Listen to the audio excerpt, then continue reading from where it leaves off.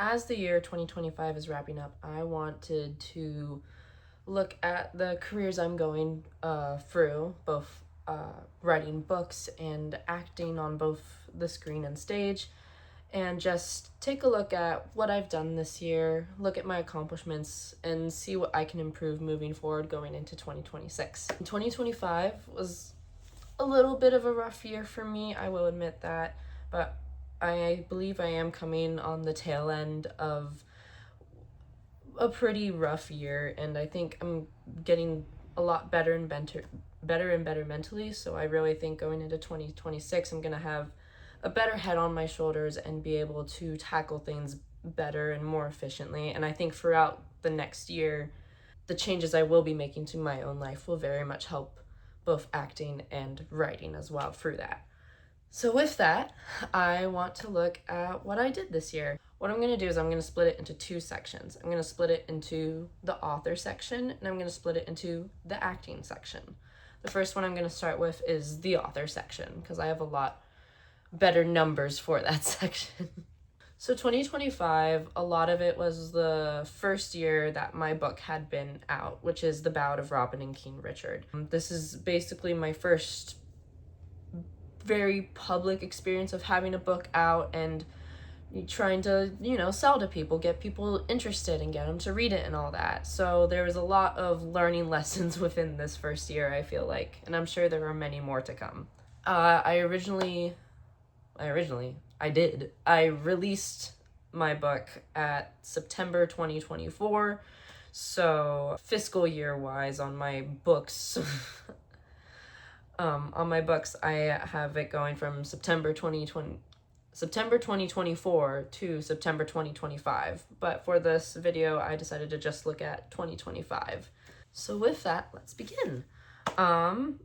So I took a look and took all the data from my bookkeeping. I had done the numbers, and it seemed that about the total sales I had made throughout this year, throughout pretty much the first year of my book being out, was about $25.99, which isn't a lot, but I feel like it's a lot more than some authors kind of end up getting, at least in the indie space. So I'm very proud that I have made $25.99 in profit, and that's also not including December's profit because I don't quite have the calculations for that yet. One of the places that I distribute and get my book printed through, they don't give me the numbers of how much I made for that month until a bit later than the month. So I've had free orders through that part of my distribution as well. So I don't know the numbers for that. My guess is that I maybe have made about $3 in profit off the free copies that I had sold.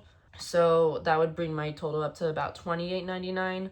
Again, that's just an estimate. That's not a confirmation. So I'm going to round that up and say I made about $30-ish this year off my book, which I'm pretty happy and impressed by. Again, I feel like a lot of people don't end up making that much off of their indie books, and especially because I want to pursue this as a career, I feel very proud that I've reached that number. Do I want that number to be bigger? Of course, everyone does. But just considering that's my first year and also that I don't have a lot of marketing skills, and that's something that I definitely need to work on, I'm very much proud of that. Now, as I had said, I made about $30-ish in that first year, this year. And then as for the actual number of copies of books I have sold, the number I had sold was about 25. And it's kind of interesting looking at the royalty numbers that I have, because some months it depends on if I had a sale, which I had quite a few. For example, one month I had a day where I gave out copies for free, and this was part of awards competition that I was participating in. A lot of people had days where they were offering their books for free so people can pick it up and, they didn't have to pay anything. And when I did that day, I, of course, didn't make any profits off that, but I did sell, I believe, 7 copies of my book for that. And I think it is very important to differentiate profits versus copies sold, because they don't necessarily correlate with each other, especially when there are sales.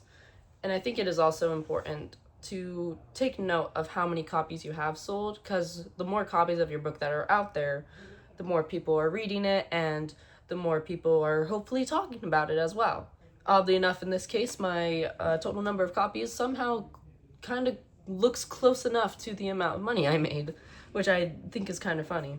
Also, looking at the months that I had sold books, I do kind of tend to notice that it was months where I, funnily enough, marketed my books. Funny how that works. And with that, I want to look into the acting side of things. I really, this happens every year. I go in every year really hoping that I'll audition and I'll get into all these shows and fun stuff and I'm gonna have a wonderful time, and that pretty much never happens. But this year I did something different. I've always wanted to kind of work more towards being on-screen acting, and it's something that I've never really done before, but it's something I've always been interested in wanting to do. So around this time last year, I got an agent for the area I live in, so in Washington State. I was an agent that I had heard a lot of things about, and I had friends who were with them, so I thought, hey, why not try and get it, and I got it. So through that agent, I got a lot more gigs than I probably would have, and I'm very grateful for that. It was not something I was expecting, but it is something that I, am glad happened. So through that agent, I got 3 different gigs. The first gig I got was a television gig, as I was told, and it was for a YouTube television show. So I went and did that. It was also SAG-AFTRA production too, which was really fun because I got to see how it works being a production that is union. I myself am not union right now. I would love to join the union at some point. I just feel like starting out right now, I'm not in a comfortable place to be getting constant gigs to be able to support myself and then also like pay my union dues and all that stuff. The second gig I got was for, I believe, some sort of like therapy training videos. And I went and did that. And then my other gig that I got at the very end of this year, while I was doing something else, it was a 1-day shoot short film.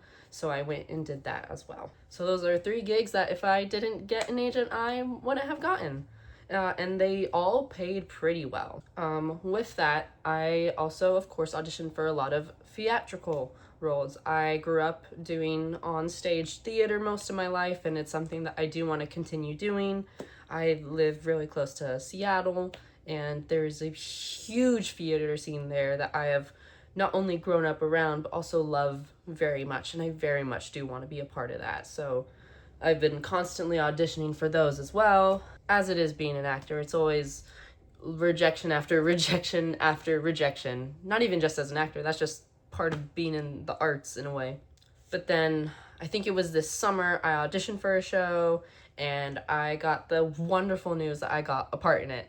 And it's a show I'm doing and finishing up right now. It's been a wonderful production. I've absolutely loved the cast, the crew, the production people as well, and it's been such a wonderful experience, and it's been my first professional theatrical experience, I would say. I'm not going to go too much into it right now, but I have absolutely loved being a part of this show and this cast. And they also pay pretty well for what it is. So yeah, to wrap that up, I had 4 gigs throughout the year in my acting sphere. 3 of them were from my agent and on screen, and 1 of them was on stage. Between those 4 gigs, money-wise, I made over $1,000. I made just a little less than about $1,500. A lot more than being an author. It's a lot more money than I thought I would make. And now coming up with that number and looking at that total, I'm very happy and impressed. It's still not enough to, in theory, live for a month, especially considering that this is like just over the course of the year, but seeing that number makes me really happy and makes me think there's at least something here.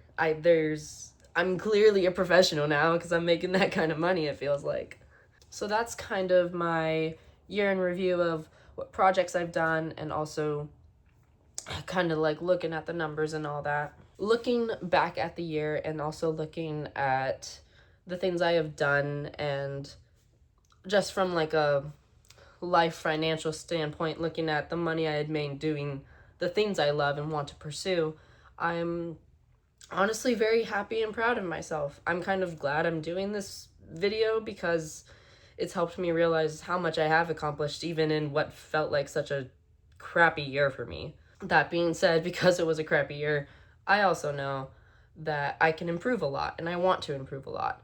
Next year is very complicated, so I'm not going to go into full depth about what exactly I want to do next year, but kind of like the basics looking at it, I do want to get more of a push on the author stuff, get some more marketing in because I think that will really help with that. And then acting wise, I would of course love to do more and love to make more, but that's just a lot more complicated than being an author and being like, oh, I'll just do more marketing. So yes, that is my 2025 in review as an actor and as an actor, as an author, and just as an artist. If you want to learn more about my goals for 2026 and what I'm going to be doing for both of my careers next year for that, you can check it out right here.